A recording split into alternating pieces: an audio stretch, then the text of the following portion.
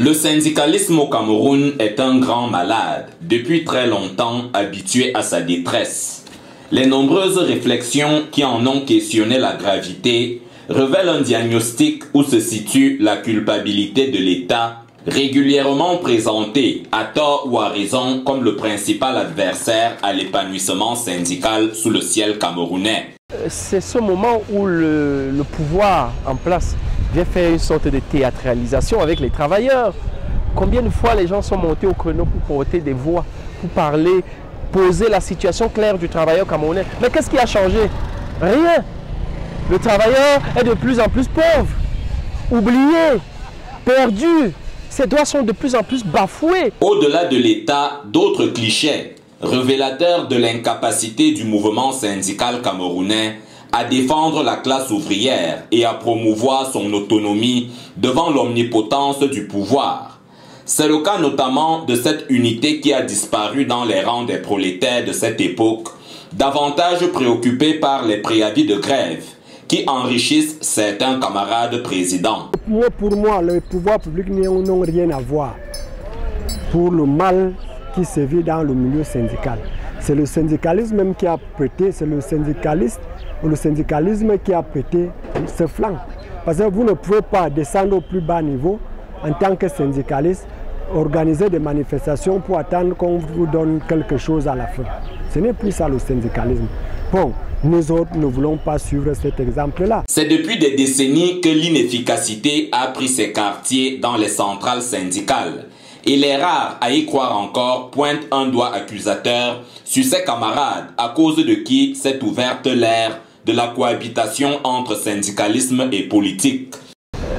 Pour ceux qui apprennent, qui ont appris la chose syndicale, l'un des principes fondamentaux du syndicat, c'est une entité, une organisation apolitique.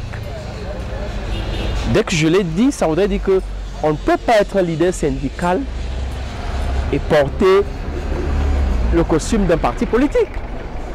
Soit on choisit de faire la politique et oublier le syndicat, soit on fait le syndicat et oublier la politique. Les deux ils ne peuvent pas faire chemin ensemble. Syndicalisme et politique, un tandem qui a souvent été gagnant ailleurs. Il y en a justement pour qui c'est nécessaire de politiser parfois la vie syndicale. Le syndicalisme camerounais est devenu plus politique. Où le politique montre le syndicalisme pour l'autre politique. Vous voyez, vous comprenez un peu ce que je veux dire. Donc, si le syndicaliste, il est aussi vrai que pour être syndicaliste, il faut d'abord être un bon politicien. Parce que les deux vont ensemble. Vous conviendrez avec moi que beaucoup de chefs de l'État dans le monde ont d'abord été syndicalistes avant d'être... Mais là, c'était du vrai syndicalisme. Mais dans le cas d'espèce dans notre pays, je ne vois pas encore un syndicaliste qui peut partir de la sphère syndicalisme pour arriver au sommet. Parce que la corruption, le chantage et tout ce qui entoure le syndicat aujourd'hui est appelé à mourir au Cameroun tant qu'il n'y a pas une prise de conscience de la part des acteurs et ne plus accuser le pouvoir public.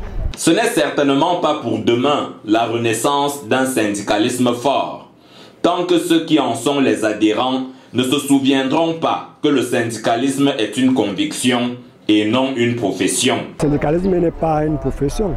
Parce que si vous prenez le syndicalisme comme profession, vous allez passer le temps à mendier. Il faut aller revendiquer. La revendication porte quand elle vient de la base.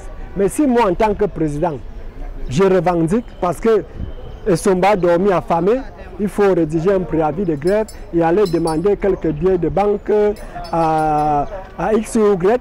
Est-ce que c'est encore ça le syndicat?